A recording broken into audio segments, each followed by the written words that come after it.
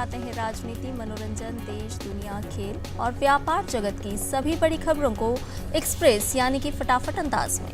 मैं हूं आपके साथ संध्या शर्मा। तो देखिए खबरें तेज रफ्तार से। राष्ट्रपति द्रौपदी मुर्मू आज पश्चिम बंगाल के दौरे पर हैं। राष्ट्रपति ने कोलकाता के राजभवन में ब्रह्मा कुमारीज द्वारा आयोजित नशा मुक्त भारत अभियान के तहत मेरा बंगाल व्यसन मुक्त बंगाल अभियान का शुभारंभ किया। साथ ही राष्ट्रपति भारतीय नौसेना के पोत बाई 3024 विंध्यागिरी का आज शुभारंभ करेंगी। कोलकाता स्थित garden rich ship builders and engineers limited में प्रोजेक्ट 17A फ्रिगेट का छठा पोत है विंध्यागिरी। विंध्यागिरी पोत का नाम कर्नाटक की पर्वत श्रृंखला के नाम पर रखा गया है। प्रोजेक्ट 17 क्लास फ्रिगेट्स के बाद बनाएगा युद्ध पोत उन्नत हथियारों और सेंसर और प्लेटफॉर्म मैनेजमेंट सिस्टम से लैस है।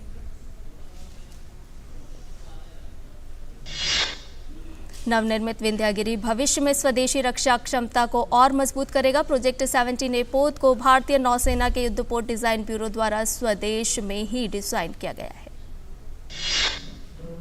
प्रधानमंत्री नरेंद्र मोदी ने डीआरडीओ के पूर्व महानिदेशक डॉक्टर बीएस अरुणाचलम के निधन पर दुख जताया है। पीएम ने एक्स पर कहा कि डॉक्टर बीएस अरुणाचलम का निधन वैज्ञानिक समुदाय और सामरिक दुनिया में एक बड़ा खालीपन छोड़ गया है।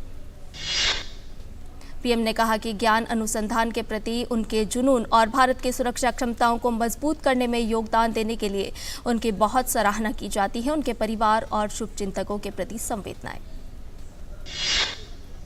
दिल्ली में आयोजित भाजपा की केंद्रीय चुनाव समिति की बैठक में प्रधानमंत्री नरेंद्र मोदी, गृह मंत्री अमित शाह, भाजपा अध्यक्ष जेपी नड्डा समेत भाजपा के कई वरिष्ठ नेता शामिल हुए। भाजपा की केंद्रीय चुनाव समिति की बैठक में मध्य प्रदेश, छत्तीसगढ़ समेत अन्य राज्यों में होने वाले विधानसभा चुनाव को लेकर चर्चा हुई। राष्ट्रपति द्रौपदी मुर्मू ने असम के लिए भारत निर्वाचन आयोग द्वारा जारी परिसीमन अधिसूचना को मंजूरी दे दी है। असम के मुख्यमंत्री हिमंत बिस्वा शर्मा ने एक्स पर एक पोस्ट कर यह जानकारी दी। मुख्यमंत्री हिमंत बिस्वा शर्मा ने इसे असम के इतिहास की एक महत्वपूर्ण उपलब्धि बताया है। भाजपा की केंद्रीय चुनाव समिति ने त्रिपुरा की बोक्सानगर और धनपुर विधानसभा सीटों पर उपचुनाव के लिए अपने उम्मीदवारों की घोषणा की है। भाजपा ने बोक्सानगर से तफज्जल हुसैन को और धनपुर से बिंदु देवनाथ को मैदान में उतारा है। वहीं वाम मोर्चा की ओर से कौशिक चंद धनपुर से और मिजाम हुसैन बोक्सानगर से उम्मीदवार होंगे। केंद्रीय मंत्री निर्मला सीतारमण और धर्मेंद्र प्रधान ने ओडिशा के पुरी में मेरी माटी मेरा देश कार्यक्रम के तहत वृक्षारोपण अभियान में हिस्सा लिया। इसके साथ ही पंच प्राण प्रतिज्ञा भी दिलाई गई। केंद्रीय मंत्री निर्मला सीतारमण ने कहा कि अंग्रेजों द्वारा हमारे अंदर पैदा की गई गुलामी की मानसिकता से खुद को मुक्त करने की जरूरत है, तभी भारत 2047 तक एक विकसित देश बन सकेगा। गुजरात के गांधीनगर में आज से G20 स्वास्थ्य मंत्रियों की बैठक शुरू हो गई। इस 3 दिवसीय बैठक में 3 महत्वपूर्ण क्षेत्रों पर विशेष ध्यान दिया जाएगा। बैठक में स्वास्थ्य आपात स्थितियों की रोकथाम, तैयारी और प्रतिक्रिया सहित सुरक्षित, प्रभावी, गुणवत्तापूर्ण और किफायती चिकित्सा उपायों के अलावा फार्मास्यूटिकल क्षेत्र में सहयोग को मजबूत करने पर वार्ता होगी। गांधीनगर में G20 स्वास्थ्य मंत्रियों की बैठक से इतर आज WHO पारंपरिक चिकित्सा वैश्विक शिखर सम्मेलन की भी शुरुआत हुई। विश्व स्वास्थ्य संगठन और आयुष मंत्रालय मिलकर पहले पारंपरिक चिकित्सा वैश्विक शिखर सम्मेलन की मेजबानी कर रहे हैं। WHO के महानिदेशक डॉक्टर टेड्रोस अधानोम घेब्रेयेसस, स्वास्थ्य मंत्री मनसुख मांडविया और आयुष मंत्री सर्बानंद सोनोवाल की उपस्थिति में शिखर सम्मेलन का उद्घाटन किया गया। विश्व स्वास्थ्य संगठन के महानिदेशक ने कहा कि भारत में योग सहित आयुर्वेद के माध्यम से पारंपरिक चिकित्सा का एक समृद्ध इतिहास है जो प्रभावी साबित हुआ है। विश्व स्वास्थ्य संगठन के महानिदेशक डॉक्टर टेड्रोस अधानोम घेब्रेयेसस ने भारत सरकार की ओर से चलाए जा रहे आयुष्मान भारत योजना की तारीफ की है। उन्होंने कहा कि भारत सरकार की ओर से आयुष्मान भारत में प्राथमिक स्वास्थ्य देखभाल में निवेश सही निवेश है और हम चाहते हैं कि सभी देश इसी पर ध्यान केंद्रित करें। डॉक्टर टेड्रोस पारंपरिक चिकित्सा पर एक वैश्विक शिखर सम्मेलन में भाग लेने के लिए गुजरात के गांधीनगर में थे, जहां उन्होंने आदराज Modi health and wellness centre का दौरा किया। इस दौरान उन्होंने हेल्थ एंड वेलनेस सेंटर के स्वास्थ्य कर्मियों से बातचीत की और परिसर में एक तुलसी का पौधा भी लगाया। डॉक्टर टेड्रोस ने भारत के कोविड प्रबंधन और टीकाकरण की भी तारीफ की है। आज से 20 अगस्त तक वाराणसी में U20 शिखर सम्मेलन का आयोजन हो रहा है। युवा कार्य और खेल मंत्रालय की ओर से होने जा रहे इस सम्मेलन में 100 से अधिक प्रतिनिधियों के शामिल होने की उम्मीद है।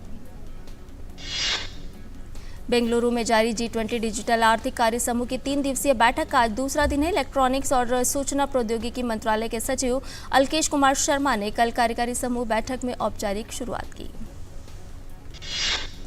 दिल्ली में इंडिया इंटरनेशनल सेंटर में भी 20 फिल्म फेस्टिवल आज दूसरा दिन है। कल समारोह की शुरुआत सत्यजीत रे की मशहूर फिल्म पाथेर पांचाली से हुई। फिल्म फेस्टिवल में 14 देशों की 16 पुरस्कार विजेता फिल्में प्रदर्शित की जाएंगी। यह उत्सव 16 अगस्त को शुरू हुआ था, जो कि 3 सितंबर तक चलेगा। भारत का मिशन चंद्रयान 3 लगातार सुर्खियों में बना हुआ है। आज का दिन भी काफी अहम है। आज चंद्रयान 3 के प्रोपल्शन और लैंडर मॉड्यूल अलग होंगे। आज चंद्रयान का कोई ऑर्बिट नहीं बदला जाएगा। फिलहाल ये 153 किलोमीटर बाय 163 किलोमीटर की ऑर्बिट में घूम रहा है। कल चांद के चारों तरफ ऑर्बिट मैन्यूर पूरा करेगा। इस लैंडर मॉड्यूल की डी ऑर्बिटिंग होगी। सारी प्रक्रिया से गुजरने के बाद 23 अगस्त को लैंडर चंद्रमा के दक्षिणी ध्रुव के पास उतरेगा। इसरो के बेंगलुरु स्थित सेंटर में telemetry tracking and command network के मिशन ऑपरेशंस कॉम्प्लेक्स से लगातार चंद्रयान 3 पर नजर रखी जा रही है। 5 अगस्त को चंद्रयान 3 चांद की पहली ऑर्बिट में पहुंचा था। इसी दिन चंद्रयान ने चांद की पहली तस्वीर जारी की थी। इसरो के चेयरमैन डॉक्टर एस सोमनाथ कह चुके हैं कि इस बार चंद्रयान 2 वाली गलती नहीं दोहराएंगे। हिमाचल प्रदेश में बारिश ने भयंकर तबाही मचाई हुई है। यहां मानसून शुरू होने के बाद से अभी तक 327 लोगों की जान जा चुकी है, जबकि 13, 14 और 15 अगस्त को हुई भारी बारिश से आई आपदा में 71 लोग अपनी जान गंवा चुके हैं। लापता लोगों की संख्या 38 है, जिनकी तलाश जारी है। रेस्क्यू ऑपरेशन में SDRF और NDRF के साथ अब सेना भी जुट गई है।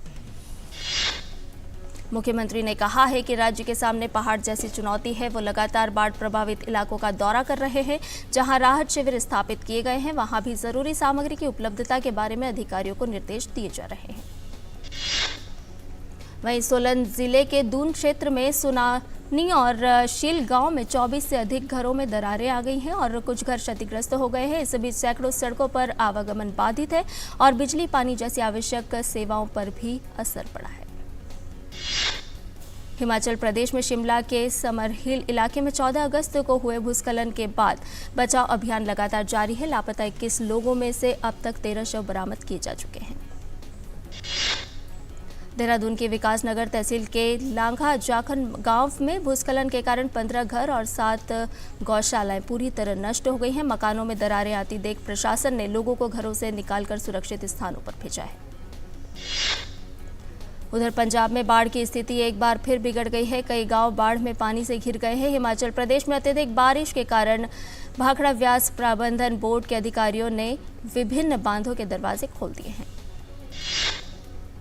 भाखड़ा और पाउंदबाग से छोड़ा गया पानी राज्य में सतलुज और व्यास के किनारे बसे अनेक गांव में भर गया है। ग्रामीण इलाकों में लोगों को सुरक्षित निकालने के लिए सेना, BSF और NDRF की टीमें प्रशासन की मदद कर रही है। बटाला की SSP अश्विनी गोत्याल ने बताया कि पोंग बांध से पानी छोड़े जाने के कारण होशियारपुर, गुरदासपुर का बड़ा हिस्सा जलमग्न हो गया है। अब तक हमने लगभग 75 लोगों को बचाकर सुरक्षित स्थान पर पहुंचाया है। पहाड़ों पर हो रही भारी बारिश का असर मैदानी इलाकों में भी दिखने लगा है। इसी क्रम में दिल्ली में यमुना नदी के जलस्तर में भी तेजी दिखने को मिल रही है। गौरतलब है कि मध्य जुलाई में राजधानी और पहाड़ों पर भारी वर्षा के कारण दिल्ली को भीषण बाढ़ का सामना करना पड़ा था। 13 जुलाई को यमुना नदी रिकॉर्ड 208.66 मीटर तक बढ़ गई थी, जिससे पिछले रिकॉर्ड भी टूट गए थे।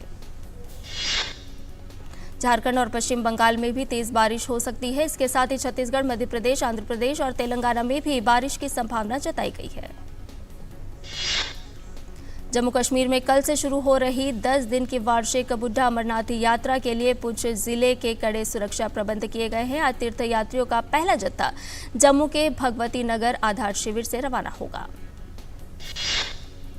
बुढ़ा अमरनाथ यात्रा पुंछ जिले की तहसील मंडी की पहाड़ियों पर 18 से 27 अगस्त तक होगी। चट्टानी बाबा बुढ़ा अमरनाथ मंदिर भगवान शिव का मंदिर है। ये मंदिर सर्वाधिक पुराने तीर्थ स्थलों में से एक है। यात्रा के दौरान यहां बड़ी संख्या में श्रद्धालु आते हैं। यात्रा दशनामी अखाड़ा पुंछ से छड़ी मुबारक पहुंचने के साथ संपन्न होती है। उधमपुर में जम्मू श्रीनगर राष्ट्रीय राजमार्ग पर मोदी ग्राउंड के पास मचैल माता यात्रा के तीर्थ यात्रियों को ले जा रही एक मिनी बस पलट गई, जिसके नतीजे में कम से कम 13 लोग घायल हो गए। उधमपुर के एसएसपी विनोद कुमार ने बताया कि घायल तीर्थ यात्रियों में एक की हालत गंभीर है। सभी घायलों को जीएमसी उधमपुर में भर्ती कराया गया है। जम्मू कश्मीर के राजौरी में आज सुबह करीब 3:49 पर भूकंप के झटके महसूस किए गए। राष्ट्रीय भूकंप विज्ञान केंद्र के अनुसार भूकंप की तीव्रता 3.6 थी। छत्तीसगढ़ में भिलाई के मैत्री बाग जू में उन 3 नन्हे शावकों को सबके सामने लाया गया, जिनका जन्म 28 अप्रैल को इसी साल हुआ था। ये तीनों व्हाइट टाइगर हैं। इनमें 2 नर और 1 मादा है। और बुलेटिन में फिलहाल लेते हैं एक ब्रेक। आप देखते रहिए डीडी न्यूज की प्याली के साथ खबरों से भरी नई सुबह। देश की राजनीति, आम जन की कहानी, विदेशों की हलचल, कारोबार का गुणा भाग, खेल का मैदान, मनोरंजन और ज्ञान विज्ञान, विरासत और संस्कृति के साथ सेहत की बात और ग्लैमर का तड़का। सोमवार से शुक्रवार सुबह 8 से 9 बजे। सुकून से भरा नया सवेरा।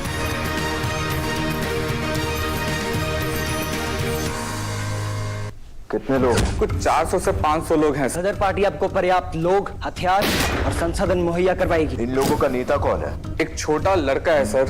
क्या उम्र होगी उसकी? ज्यादा से ज्यादा 18 साल का होगा सर। एक बार वो फिरंगी मेरे सामने तो आए, एक एक को मार गिराऊंगा। नाम? करतार सिंह। असली क्रांति की शुरुआत अब होगी। तो दोस्तों आगे बढ़िए और भारत के स्वराज का हिस्सा बनने के लिए तैयार हो जाइए। स्वराज में देखिए क्रांतिकारी करतार सिंह सराभा की महान गाथा। रविवार प्रातः 9 बजे, रात्रि 9 बजे। सिर्फ डीडी नेशनल पर, देश का पहला चैनल, देश का अपना चैनल। और ब्रेक के बाद एक्सप्रेस 100 में आपका एक बार फिर से स्वागत है। अंतर बैंक विदेशी मुद्रा विनिमय बाजार में गुरुवार को शुरुआती कारोबार में रुपया 9 पैसे चढ़कर 82.99 प्रति डॉलर पर पहुंच गया। वैश्विक बाजारों के नकारात्मक रुख से गुरुवार को स्थानीय शेयर बाजार गिरावट के साथ खुले। बीएसई का 30 शेयर वाला सेंसेक्स शुरुआती कारोबार में 115.41 अंक के नुकसान से 65,424.01 अंक पर आ गया। नेशनल स्टॉक एक्सचेंज का निफ्टी 41.35 अंक टूटकर 19,423.65 अंक पर रहा। चीन में मंदी और अमेरिकी अर्थव्यवस्था में सुस्ती के बीच भारत के लिए अच्छी खबर है। ब्रेंट क्रूड ऑयल यानी कच्चे तेल का भाव अंतर्राष्ट्रीय बाजार में $83 प्रति बैरल के करीब पहुंच गया है। रेटिंग एजेंसी इकरा के मुताबिक दूरसंचार सेवा उद्योग की राजस्व वृद्धि चालू वित्त वर्ष में 7 से 9% रहने की उम्मीद है। साथ ही ICRA का मानना है कि 5G नेटवर्क के रोल आउट के कारण आने वाले समय में दूरसंचार कंपनियों का पूंजीगत व्यय भी तेजी से बढ़ने की संभावना है। आईटी कंपनी विप्रो ने आईआईटी दिल्ली के सहयोग से जनरेटिव आर्टिफिशियल इंटेलिजेंस पर केंद्रित एक नया सेंटर ऑफ एक्सीलेंस स्थापित किया है। इसका उद्देश्य जेनरिक AI के क्षेत्र में मूलभूत और व्यवहारिक अनुसंधान दोनों को सुविधाजनक बनाना है। कोल इंडिया लिमिटेड ने चालू वित्त वर्ष के पहले 4 महीनों में अपने पूंजीगत व्यय में 8.5% की वृद्धि के साथ 4,700 करोड़ रुपए की वृद्धि दर्ज की है। वित्त मंत्रालय के अनुसार पिछले वित्तीय वर्ष में भारत में प्रवासी भारतीयों द्वारा भेजा गया धन 26% बढ़कर $112.5 बिलियन हो गया है, जो कि कोविड महामारी और आर्थिक सुधार के बीच पिछले 5 वर्षों में उच्चतम वृद्धि है। उत्तर प्रदेश सरकार दक्षिण एशिया में प्रमुख इलेक्ट्रिक वाहन और बैटरी हब बनने के लिए राजमार्गों और एक्सप्रेसवे पर अपने चार्जिंग नेटवर्क को बढ़ावा देने की योजना बना रही है। बता दें कि राज्य में ईवी पंजीकरण की संख्या सबसे अधिक है। खेतीबाड़ी में ड्रोन्स के इस्तेमाल को लेकर सरकार जल्द ही नई योजना लेकर आने वाली है। लाल किले की प्राचीर से प्रधानमंत्री नरेंद्र मोदी ने इसका ऐलान किया। इस योजना में 15,000 महिला स्वयं सहायता समूहों को ड्रोन्स इस्तेमाल और मरम्मत की ट्रेनिंग दी जाएगी। भारतीय राष्ट्रीय सहकारी उपभोक्ता महासंघ और भारतीय राष्ट्रीय कृषि सहकारी विपणन महासंघ ने टमाटर की कीमतें कम कर दी हैं। टमाटर की बिक्री अब 70 रुपये प्रति किलो से घटकर 50 रुपये प्रति किलो की जा रही है। अर्जेंटीना के ब्यूनस आयर्स में एक राजमार्ग पर उस समय तनाव पैदा हो गया जब एक बस में अप्रत्याशित रूप से आग लग गई, जिसमें यात्री घबराकर भाग गए। आग जनरल पास राजमार्ग पर लगी आग ने तेजी से पूरी बस को अपनी चपेट में ले लिया, जिसके बाद वाहनों का आवागमन बाधित हो गया। आग लगने का कारण विद्युत यांत्रिक की समस्या बताई गई। आग पर काबू पा लिया गया है। डेनमार्क के विदेश मंत्री लास लोके रासमुसेन ने कहा कि वह चीन से यूक्रेन पर मजबूत रुख अपनाने और रूसी राष्ट्रपति व्लादिमीर पुतिन से युद्ध के बारे में बात करने की योजना बना रहे हैं। रासमुसेन ने चीन की अपनी 3 दिवसीय यात्रा की शुरुआत में शंघाई में कहा कि पुतिन यूरोपीय नेताओं की बात नहीं सुन रहे हैं, लेकिन स्पष्ट रूप से चीन की बात सुन रहे हैं और उन्हें बोलना चाहिए। रासमुसेन ने कहा कि यह अपने चीनी समकक्ष वांग यी के साथ यूक्रेन और द्विपक्षीय सहयोग पर चर्चा करेंगे। जब दोनों शुक्रवार को बीजिंग में मिलेंगे, वह आज चीनी वाणिज्य मंत्री वांग वेंताओ से मुलाकात करेंगे। अमेरिका ने पाकिस्तान में चर्च पर हुए हमले की निंदा की। अमेरिका विदेश विभाग के प्रवक्ता वेदांत पटेल ने कहा कि हम इस बात से बेहद चिंतित हैं कि पाकिस्तान में एक धार्मिक ग्रंथ के अपमान की रिपोर्ट के जवाब में चर्चों को निशाना बनाया गया। वेदांत पटेल ने इन हमलों को लेकर पाकिस्तान के अधिकारियों से जांच करने का आग्रह किया है। इसके साथ ही जांच पूरी होने तक शांति बनाए रखने का भी आग्रह किया गया है। पाकिस्तान के फैसलाबाद में कथित ब्लास्फेमी के आरोपों को लेकर एक समुदाय को निशाना बनाकर किए गए दंगों में शामिल होने के आरोप में 100 से अधिक लोगों को गिरफ्तार किया गया है।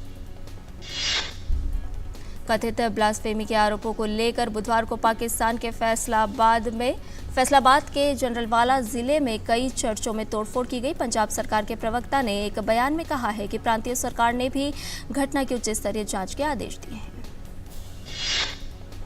पंजाब के अंतरिम सूचना मंत्री अमीर मीर ने कहा कि जरनवाला में हिंसा एक सोची समझी साजिश के तहत की गई। इसके पीछे जनभावनाओं को भड़काकर शांति भंग करने की योजना थी। अमेरिकी विदेश विभाग के उप प्रवक्ता ने कहा कि संयुक्त राज्य अमेरिका यूक्रेन के अनाज बुनियादी ढांचे पर रूस से लगातार हमलों की निंदा करता है। उन्होंने मॉस्को से अनाज समझौते पर तुरंत लौटने का भी आह्वान किया।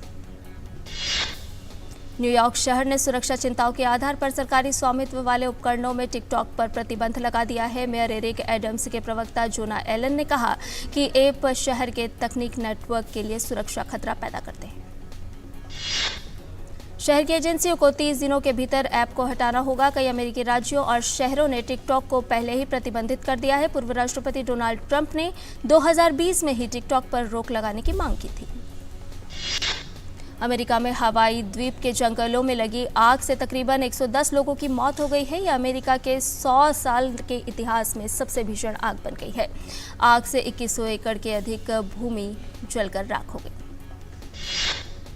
अमेरिकी राष्ट्रपति जो बाइडेन और प्रथम महिला जिल बाइडेन 21 अगस्त को माउई का दौरा करेंगे। जो बाइडेन और जिल बाइडेन आग से जान गंवाने वाले लोगों के परिजनों से मुलाकात करेंगे। इसके साथ ही बचाव कार्यों की भी समीक्षा करेंगे। सैन्य तख्तापलट वाले देश नाइजर की माली सीमा के पास सशस्त्र समूह के हमले में कम से कम 17 सैनिक मारे गए हैं। बोनी और टोरोडी के बीच जारी नाइजर आर्म्ड फोर्सेस की एक टुकड़ी काउटोगी शहर के पास एक आतंकवादी हमले का शिकार हो गई। शिकागो में विशेष ओलंपिक एथलीटों के लिए धन जुटाने के मकसद से रबर की बतखों की दौड़ का आयोजन किया गया। आयोजन से लगभग 30,000 विशेष ओलंपिक एथलीटों की सहायता के लिए रिकॉर्ड 3.5 करोड़ से ज्यादा की रकम जुटाई गई। लीबिया में सत्ता से जुड़े 2 सैन्य गुटों के बीच हिंसक संघर्ष थोड़ा थम गया। यहां अब तक 27 लोगों की मौत हो चुकी है। 2011 में नाटो समर्थित विद्रोह के बाद से लीबिया में शांति न के बराबर है। पेरिस में चल रहे तीरंदाजी विश्व कप स्टेज 4 में भारत की कंपाउंड पुरुष टीम ने दक्षिण कोरिया को हराकर फाइनल में जगह बना ली है, जहां टीम का सामना अमेरिका से होगा। भारत की महिला कंपाउंड टीम ने तीरंदाजी विश्व कप स्टेज 4 के सेमीफाइनल में ग्रेट ब्रिटेन को हराकर फाइनल में जगह बना ली है। टीम फाइनल में मैक्सिको के खिलाफ मोर्चा खोलेगी। अंडर 20 कुश्ती विश्व चैंपियनशिप में भारत के टॉप एथलीट सागर जगलान ने फ्री स्टाइल स्पर्धा में 79 किलोग्राम भारत वर्ग में रजत पदक अपने नाम कर लिया। वहीं दीपक चहल ने 97 किलोग्राम भार वर्ग के फ्री स्टाइल प्रतियोगिता में कांस्य पदक पर अपना कब्जा जमा लिया। आईसीसी विश्व कप 2023 की शुरुआत में अब कुछ ही दिन का समय बचा है। इससे पहले विश्व कप की ट्रॉफी को ताजमहल के सामने प्रदर्शित किया गया। इंग्लिश क्लब मैनचेस्टर सिटी ने यूएफए सुपर कप का खिताब अपने नाम कर लिया है। टीम ने ग्रीस में खेले गए फाइनल मुकाबले में सेविया की टीम को पेनल्टी शटआउट में 5-4 से हरा दिया। इंग्लैंड ने महिला फीफा विश्व कप के फाइनल में प्रवेश कर लिया है। टूर्नामेंट के दूसरे सेमीफाइनल में इंग्लैंड ने ऑस्ट्रेलिया को 3-1 के अंतर से हरा दिया। इंग्लैंड महिला फुटबॉल टीम के प्रशंसकों के लिए ऑस्ट्रेलिया के खिलाफ आई जीत के कई मायने हैं। कोई इसे इंग्लैंड फुटबॉल के लिए बड़ा कदम मान रहा है तो कोई इसे एक ऐसी टीम की जीत बता रहा है जिसने पूरे सीजन संघर्ष किया। फीफा महिला विश्व कप के खिताबी मैच में रविवार को इंग्लैंड का सामना पहली बार फाइनल में पहुंची स्पेन से होगा। अमेरिकी क्लब इंटर मियामी के साथ अर्जेंटीना के कप्तान लायनल मेसी का शानदार प्रदर्शन लगातार जारी है। मेसी के शानदार खेल की बदौलत मियामी ने लीग्स कप के फाइनल में स्थान बना लिया है। सर्बिया के डुसान लुजोविच ने सिंसिनाटी ओपन में अपने जीत के सिलसिले को बरकरार रखा। इटली के जैनिक सिनर को 6-4, 7-6 से हराकर प्रतियोगिता से बाहर कर दिया।